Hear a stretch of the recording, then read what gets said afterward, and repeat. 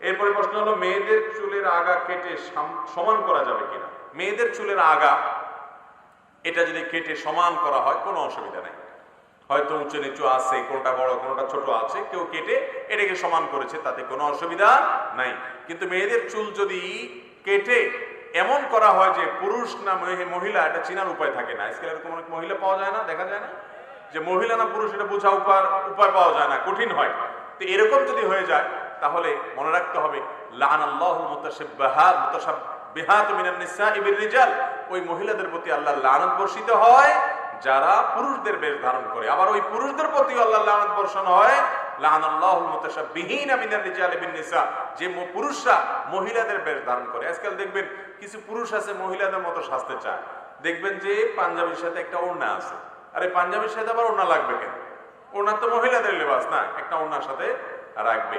আবার দেখা যায় মেয়েরা টাকনুর নিচে পাজামা পরবে, তো ছেলেদেরকে দেখা যায় তারা টাকনুর নিচে পাজামা পরে, মেয়েদের মতো চুল রাখে, আবার মেয়েরা ছেলেদের মতো করে, অর্থাৎ উল্টে যাচ্ছে। কারণ শয়তান জানে যে ছেলেদেরকে যদি মেয়েদের বেশভূষা ধারণ করা যায় আর মেয়েদেরকে যদি ছেলেদের বেশভূষা ধারণ করা যায় তাহলে জাহান্নামে নেওয়ার পথ সুগম হবে, সহজ হবে। ভাইরা আমার, সেই জন্য বিষয়ে সাবধান থাকতে হবে। তবে এমনিতে মেয়েদের চুলের আগা কাটলো সমান করার জন্য, তাতে কোনো অসুবিধা নাই। উম্মাহাতুল মুমিনিন রিদওয়ানুল্লাহি তাআলা আজমাইন তারা চুল ছোট করেছেন, বিভিন্ন বর্ণনা দ্বারা বোঝা যায়, জন্য আপনি আগা সমান করলেন, এতে অসুবিধা নেই। অনেক মহিলার মুখে পশম গজায়, দাড়ি হয়, এগুলো কাটলে গুনাহ হবে কিনা। অনেক মহিলা আছে যাদের হরমোন জনিত সমস্যার কারণে মুখে দাড়ি গজায়, অনেকের 2-4টা গজায়, অনেকের আরো বেশিও গজায়।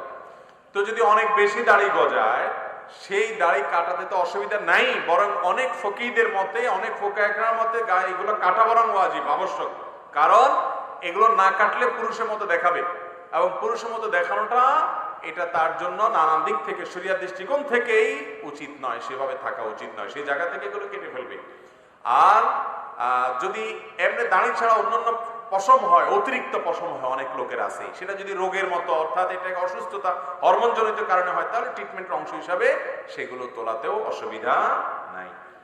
আমার দাদার বয়স 75-এর উপরে, সে আমার জানা মতে কখনো নামাজ কামায় দেয় নাই, হজও করেছে, তাবলিগেও গেছে, এখন সে নামাজ পড়ে না 2 বছর যাবত। আমরা যদি নামাজ পড়তে বলি সে বলে 80 বছর হলে নামাজ পড়তে হয় না। এখন আমাদের করণীয় কি? 80 বছর হলে এরপরে নামাজ মাফ, এরকম কোন কথা কোরআন হাদিসে কোথাও বলা হয় না। আল্লাহ কোরআনে বলেছেন ওয়াবুদু রাব্বাকা হাত্তা ইয়াতিয়াকাল ইয়াকিন, তুমি তোমার রবের ইবাদত করো কতক্ষণ পর্যন্ত? যতদিন পর্যন্ত তোমার মওত না আসে। ইয়াকিন মানে মওত, তোমার মৃত্যু আসার আগ পর্যন্ত তুমি ইবাদত করতে থাকো, ইবাদত করতে থাকো। তাহলে বয়স 80 না 70 না 60 না 90 এটা দেখার বিষয় না, বিষয় হলো যতদিন তার প্রাণ আছে ততদিন, যতদিন তার সেন্স আছে, হুঁশ আছে, তাকে সালাত আদায় করতে হবে। ভাইরা আমার, আমাদের প্রাণের নবী মুহাম্মদ মুস্তাফা সাল্লাল্লাহু আলাইহি ওয়াসাল্লাম তার জীবনের শেষ মুহূর্তের সালাত কি ছিল? তিনি সালাতের জন্য তার রুম থেকে উঠে, আপনারা যারা মদিনায় গেছেন মসজিদে নববীতে জানেন নবীজি সাল্লাল্লাহু আলাইহি সাল্লামের কবর যেখানে, সেটাই তার বাসা ছিল। আর সেখান থেকে তার মিম্বর, এখান থেকে আপনাদের মঞ্চের শেষ মাথা পর্যন্ত, এত দূরও হবে না, আরো কাছে হবে, এতটুক জায়গা তিনি পায়ে হেঁটে যাওয়ার মতো শক্তি ছিল না। তখন তিনি সালাতের সময় দুজনকে ডাকলেন, একজন ছিলেন আব্বাস রাদিয়াল্লাহু তাআলা আনহু, আর একজন ছিলেন আলী রাদিয়াল্লাহু তাআলা আনহু। তাদের দুইজনের কাঁধে 2 হাত দিয়ে শরীরের সমস্ত ভার তাদের উপর ছেড়ে দিয়ে পাওটাকে মাটির সাথে টানতে টানতে ছেঁচড়াইতে এসে মিম্বরের কাছে চলে আসলেন। এসে দাঁড়িয়ে সালাত আদায় করার ক্ষমতা ছিল না, ইমামতি করার মতো অবস্থা ছিল না, ইশারা দিলেন আবু বকর যেন ইমামতি করে। আবু বকর রাদিয়াল্লাহু তাআলা ইমামতি করলেন, তিনি পিছনে বসে বসে মুক্তাদি হয়ে সালাত আদায় করলেন। নবীজি যদি আল্লাহর নবী হয়ে জীবনের শেষ মুহূর্তে এইভাবে এত কষ্ট করে টেনে টেনে বাসায় পড়তে পারতেন, অসুস্থ মানুষ, কিন্তু না, পাওকে মাটির সাথে টানতে টানতে দুজনের ঘাড়ে ভর করে করে তারপরে মসজিদে গিয়ে সালাত আদায় করেছেন। যারা বলছেন যে না আমার আর সালাত আদায় করা লাগবে না, বা সালাত আদায়ের পরে যাদের গাফলতি আছে, শক্তি সবল থাকা সত্ত্বেও তারা কিয়ামতের দিন আল্লাহর কাছে কি জবাবদিহি করবে? 5 ওয়াক্ত সালাত আদায় করবো তো ইনশাআল্লাহ। অতএব 80 বছর বয়স হয়ে গেলে আর সালাত আদায় করতে হয় না, এটা ভিত্তিহীন কথা। এমন কোনো বয়স নাই যে বয়সে চলে গেলে শরীয়ত কি হয়ে যায়, মাফ হয়ে যায়। হ্যাঁ, একজন মানুষ অক্ষম হয়ে গেছে, সেটা 60 বছরও যদি হয়, তার সেন্স নাই, আইসিইউতে আছেন, কোনো হুঁশ নেই, তিনি কিভাবে সালাত আদায় করবেন? তার জন্য শরীয়তে সালাত মাফ। এই অবস্থা তার মওত হয়ে গেছে, সেন্সার আসে নাই, অতএব তার গুনাহ হবে না ইনশাআল্লাহ। আমার স্বামী পরকীয়া লিপ্ত, নামাজ পড়ে না, আমি কিছু বললে আমাকে বাড়ি থেকে বের করে দেয়, মারধর করে, এতে আমার করণীয় কি? তাকে ভুল পথ থেকে ফেরাতে। দেখুন, পরকীয়া, বিবাহিত মানুষ বিবাহ করার পরও অবৈধ সম্পর্ক, এটা এখন মহামারীর মতো হয়ে গেছে, ঘরে ঘরে হয়ে গেছে। বেশিরভাগ ঘরগুলোতে এমন এমন পুরুষরা পরকীয়ায় লিপ্ত, এমন এমন মহিলা পরকীয়ায় লিপ্ত যে কল্পনাও করা যায় না। 5 ওয়াক্ত সালাত আদায় করে অথচ পরকীয়ায় লিপ্ত, পর্দা করে অথচ পরকীয়ায় লিপ্ত। এর অন্যতম কারণ হলো সোশ্যাল মিডিয়ার যথেচ্ছা ব্যবহার, গোপন পাপ, এগুলো মানুষকে পরকীয়ার দিকে নিয়ে যাচ্ছে। এবং আকাশ সংস্কৃতি, যেটা পশ্চিমা দুনিয়া থেকে আমাদের এখানে আমরা আমদানি করছি, আমাদের পার্শ্ববর্তী দেশ থেকে আমরা আমদানি করছি, এগুলোও আমাদের পরিবারগুলোকে ধ্বংস করে দিচ্ছে, আমাদের সংসারগুলোকে অশান্তির সাগরে হাবুডুবু খাওয়াচ্ছে এবং ঘরে ঘরে পরকীয়া হচ্ছে। ভাইরা আমার, এই জন্য 1 নম্বর কথা হলো ঘরে তাকওয়ার চর্চা থাকতে হবে, তাকওয়ার চর্চা থাকতে হবে, কোরআন এবং সুন্নাহর তালিম থাকতে হবে। কোরআনের আয়াত পাঠ করে, হাদিসের রাসূল পাঠ করে ঘরোয়া মজলিসে তালিম চালু করবেন, নিজেদের মধ্যে কোরআন হাদিসের চর্চা বাড়াবেন, তাকওয়া বাড়াবেন এবং মুত্তাকি পরহেজগার ফ্যামিলিগুলোর সাথে বন্ধুত্ব করবেন। এর মধ্য দিয়ে পরিবারের মধ্যে তাকওয়া আসবে।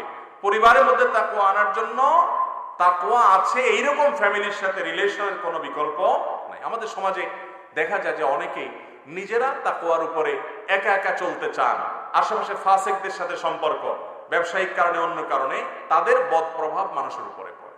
এর পাশাপাশি একজন নারী, তিনি তার স্বামী যদি পরকীয়ায় লিপ্ত হয়, অথবা একজন পুরুষ তার স্ত্রী যদি পরকীয়ায় লিপ্ত হয়, তাদেরকে যথাসম্ভব ফেরানোর চেষ্টা করবেন এবং নসিহা করবেন, বুঝাবেন, না হলে মুরব্বীদেরকে দিয়ে বুঝাবেন। হ্যাঁ, তাতেও যদি না হয়, তার সাথে তিনি ঘর করবেন কি করবেন না, যেহেতু তিনি হারামে লিপ্ত, সে বিষয়ে ডিসিশন তাকেই নিতে হবে। কিন্তু শরীয়ত তাকে বাধ্য করে না যে তিনি পরকীয়ায় লিপ্ত হয়ে গেছে তাই তালাক হয়ে গেছে, এরকম কোনো কথা শরীয়তে নাই। মহিলারা রাতে চুল ছেড়ে ঘুমালে জিনে আসর করে, এটা কি সত্য? এই প্রশ্ন আরো এক জায়গায় দেখছি মানুষ করেছে। তার মানে আমাদের দেশে কুসংস্কার আছে যে মহিলারা রাতে চুল ছেড়ে ঘুমালে নাকি জিনে আসর করে। আমি বলি যে ভাই, যত ফতোয়াবাজি আছে, উল্টাপাল্টা ভুলভাল ফতোয়া, সব মহিলাদের উপরে বেশিরভাগ মানুষ প্রয়োগ করে। কেন? পুরুষের ব্যাপারে বলতে পারেন না যে পুরুষ মাথায় টুপি না দিয়ে ঘুমাইলে শয়তানে বেশি ধরে, ওইটা বলতে পারেন না? বানোয়াট মাসালা যদি বলতেই হয়, তো পুরুষের ব্যাপারে বানোয়াট মাসালা তো পাওয়া যায় না কেন? সব মহিলাদের ব্যাপারে। যাই হোক, এটা ভিত্তিহীন এবং ভুয়া কথা, কুসংস্কারচ্ছন্ন বিশ্বাস। একজন নারী তিনি রাতে শোয়ার সময় চুল বেঁধে ঘুমাবেন নাকি চুল ছেড়ে ঘুমাবেন, এটা তার ব্যাপার। শরীয়ত এক্ষেত্রে কোনো বাধ্যবাধকতা রাখে নাই। তিনি চুল ছেড়েও ঘুমাইতে পারেন, চুল বেঁধেও ঘুমাইতে পারেন, এর সাথে শয়তানের আসরের কোনো সম্পর্ক নাই। স্বামী স্ত্রী একা একা বিবাহ বার্ষিকী পালন করতে পারবে কিনা, তার মানে বাসার ভেতরে স্বামী স্ত্রী দুইজন হঠাৎ করে মনে হলো, আরে আজকের দিনে না আমরা দুজন ফাঁসছিলাম, দুজন ফাঁসছিলাম আজকের দিনে, একজন আরেকজনের গলা রশি ফালাইছিলাম এই দিনে, এটা স্মরণ হলো, এই দিনে আপনাদের দুজনের মধ্যকার বৈবাহিক সম্পর্ক হয়েছে। স্মরণ হওয়ার কারণে এটা একটা বিশেষ ফিলিংস কাজ করলো, আলোচনা করলেন, নিজেদের ঘরোয়া কোনো কিছু, কোনো আনুষ্ঠানিকতা যেটাকে বলা যায় সেটা নয়, এতে কোনো দোষের কিছু নেই। কিন্তু মনে রাখবেন যে কালচারগুলো ভিন্ন ধর্মাবলম্বীদের থেকে এসেছে, ইহুদি নাসরাদের থেকে এসেছে, একজন মুসলমান সেগুলোকে অনুসরণ করবে। অতএব এটাকে আনুষ্ঠানিকতা দেওয়া, আনুষ্ঠানিকতার রূপ দেওয়া, ঘটা করা, এই কাজ সুন্নাহ তো নয়, বরং এটি মুসলমানদের কোনো কালচার নয়। নবী করিম সাল্লাল্লাহু আলাইহি ওয়াসাল্লাম বলেছেন, লা তাত্তাবিউন্না সুনানা মান কানা ক্বাবলাকুম, তোমাদের পূর্বে যারা চলে গেছে একটা সময় আসবে তোমরা তাদের অনুসরণ করবে, তারা যা করবে তোমরা তাও করবে। বলা হলো, ইয়া রাসূলুল্লাহ, কাদের কথা আপনি বলছেন? ইহুদিদের কথা, নাসারাদের কথা? নবী সাল্লাল্লাহু আলাইহি ওয়াসাল্লাম বলছেন, তাদের ছাড়া কার কথা বলবো? ইহুদিদের কথাই বলা হয়েছে। এই জন্য ভাইরা আমার, এই বিবাহ বার্ষিকী বা এই জাতীয় যত আনুষ্ঠানিকতা আছে, এগুলা বিজাতীয়দের অন্ধ অনুকরণ থেকে হয়। আল্লাহ তাআলা আমাদেরকে যে কালচার দিয়েছেন সেটা আমাদের জন্য যথেষ্ট ইনশাআল্লাহ। তবে হ্যাঁ, ওই যে বললাম, স্বামী স্ত্রী একান্ত দুজনে একজন আরেকজনের সাথে আলাপ হলো, স্মরণ হলো, কোনো ফিলিংস কাজ করলো তাদের মধ্যে, একান্ত ঘরোয়া ভাবে, আনুষ্ঠানিকতার তেমন কিছু থাকলো না, ঘটার কিছু থাকলো না, এইটুকু জায়েজ হতে পারে, মুবাহ হতে পারে শর্ত সাপেক্ষে। ইসলামে বিয়ে ফরজ, শারীরিক অসুস্থতা থাকলে বিয়ে না করে কি বেহেশতে যাওয়া যাবে? বিয়ে ফরজ আপনারা কে বলেছে? বিয়ে তো সাধারণ অবস্থায় ফরজ না, স্বাভাবিক অবস্থায় বিয়ে করা সুন্নাহ। অর্থাৎ একটা মানুষ বিয়ে না করলে গুনাহে লিপ্ত হবে না, এরকম কনফিডেন্ট বা আত্মবিশ্বাস তার নিজের উপরে নিজের আছে। এই অবস্থায় তার জন্য বিয়ে করা ফরজ না, এই অবস্থায় বিয়ে করা হলো সুন্নাহ। নবী করিম সাল্লাল্লাহু আলাইহি ওয়াসাল্লাম বলেছেন, আন-নিকাহু মিন সুন্নতি, বিবাহ আমার সুন্নাহর অন্তর্ভুক্ত। তবে যদি কেউ বিয়ে না করলে সে জিনা থেকে বাঁচতে পারবে না, আবার এদিকে বিয়ে করার মতো শারীরিক এবং আর্থিক সক্ষমতাও তার আছে, এই ব্যক্তির উপরে বিয়ে আবশ্যক, তার জন্য বিয়েও জরুরি। তো এখন স্বাভাবিক অবস্থায় বিয়ে তো ফরজ না, সুন্নাহ। কিন্তু কোনো মানুষ অসুস্থ, শারীরিকভাবে অক্ষম, তাহলে তার উপরে বিয়ে কি না, ফরজ না। এখন অক্ষমতাটা আবার মুশকিল হলো, অনেকের ওয়াসওয়াসার রোগ আছে, অনেক যুবক আছে আজকাল যে ওয়াসওয়াসার রোগের রোগী, যে তার নিজের বিয়ের ব্যাপারে কনফিডেন্ট নাই, তার মধ্যে ভয় আতঙ্ক আছে, এগুলো অহেতুক ভয় অনেক সময় থাকে। তো এই বিষয়গুলো প্রত্যেকে যার যারটা তাকে আইডেন্টিফাই করে বের করতে হবে। কিন্তু যদি এমন হয় যে না, আমার স্ত্রীর প্রয়োজন পূরণ করার মতো বা তার হক আদায় করার মতো শারীরিক সক্ষমতা টোটালি নেই, এরকম কারো যদি মনে হয়, তাহলে সে ব্যক্তির জন্য বিয়ে বরং জায়েজই নেই, কারণ তিনি বিয়ে করে একজন মেয়ের কি করবেন, হক নষ্ট করবেন। ওযুর শুরুতে বিসমিল্লাহ না বললে ওযু হবে কিনা? ওযুর শুরুতে যদি কেউ বিসমিল্লাহ না বলে ওযু হবে কিনা? অনেক ইমামদের মতে ওযু হবে না, কারণ হাদিসে আসছে লা উযু লিমান লাম ইউসাম্মিল্লাহ আও কামা ওয়ারাদা ফিল হাদিস, যে ব্যক্তি ওযুর শুরুতে বিসমিল্লাহ বলবে না তার ওযু হবে না। তবে এটা না বিশুদ্ধ মত। বিশুদ্ধ মত হলো, বেশিরভাগ ফুকাহা কেরামের মত হলো যে বিসমিল্লাহ না বললে ওযু হয়ে যাবে, কিন্তু অপূর্ণাঙ্গ থাকবে। আমাদের অনেকেই আছে যে আলাপ সালাপ করতে করতে, গল্পগুজব করতে করতে ওযু শুরু করছে, অথবা অন্য ধান্দা মাথা রাখতে রাখতে ওযু শুরু করছে, বিসমিল্লাহ বলার খবর নাই। প্রতিটা ভালো কাজে বিসমিল্লাহ লাগবে, সেখানে ওযুর মতো একটা ইবাদত, এটা বিসমিল্লাহ ছাড়া কিভাবে শুরু করার চিন্তা করতে পারেন। এজন্য অপূর্ণতা থাকবে বিসমিল্লাহ বললে, যদিও ওযু হয়ে যাবে। আমি নামাজ পড়ি, বেশি বেশি পাপ কাজও করি, কি করলে সব সময় পাপ থেকে মুক্ত থাকতে পারবো, জানালে উপকৃত হবো। ভাই, কোনো যুবক বা কোনো মানুষ সালাত আদায় করেন, পাশাপাশি অনেক পাপ হয়ে যায় তার দ্বারা, এই যে একটা অনুভূতি যে আমার দ্বারা অনেক পাপ হয়ে যাচ্ছে, এটা অ্যাপ্রিসিয়েট যোগ্য একটা অনুভূতি। এই অনুভূতির কারণে তাকে বিশেষভাবে শুকরিয়া জানানো উচিত যে তার ভিতরে এই ফিলিংস আসছে যে আমি অনেক পাপের সাথে জড়িত, কিভাবে আমি বাঁচার চেষ্টা করবো। আলহামদুলিল্লাহ, আমরা সেই যুবক ভাইকে বলতে চাই যে, বা এরকম যে কারো হোক, যুবক হোক, অন্য কোনো বয়সে মানুষ হোক, যদি সালাতের পাশাপাশি অন্যান্য পাপাচারে আপনি লিপ্ত হন, ছুটতে না পারেন, তাহলে প্রথম কাজ হবে আপনি সালাতের প্রতি আরো বিশেষ করে মনোযোগ দেন এবং সালাতকে আপনি সঠিকভাবে আদায় করছেন কিনা, ত্রুটি কোথায় কোথায় আছে বের করেন। 1 নম্বর, খুব ধীরে ধীরে সময় নিয়ে সালাত আদায় করেন, খুব সময় নিয়ে। 4 রাকাত সালাত কমপক্ষে 10 মিনিট ধরে যদি পড়তে পারেন, 2 রাকাত সালাত আদায় করতে যদি 5টা মিনিট সময় বরাদ্দ দিতে পারেন, আস্তে আস্তে রুকু করেন, আস্তে আস্তে সিজদা করেন, লম্বা সময় নেন, সালাতের কোয়ালিটি বাড়বে, সালাতের মান বাড়বে। এরপরে মনোযোগের সাথে সালাত আদায় করবেন, মহব্বতের সাথে তাসবিহ পড়বেন রুকুতে, সিজদাতে, এবং যা পড়বেন বুঝে পড়ার চেষ্টা করবেন, নিজের সাথে লড়াই করে হলেও মনোযোগ ধরে রাখার চেষ্টা করবেন। ইনশাআল্লাহ দেখবেন এই সালাত আপনাকে পাপাচার থেকে সরায় আনবে, কারণ আল্লাহ বলেছেন ইন্নাস সালাতা তানহা আনিল ফাহশাই ওয়াল মুনকার, সালাত মানুষকে অন্যায় অশ্লীল কাজ থেকে বিরত রাখে।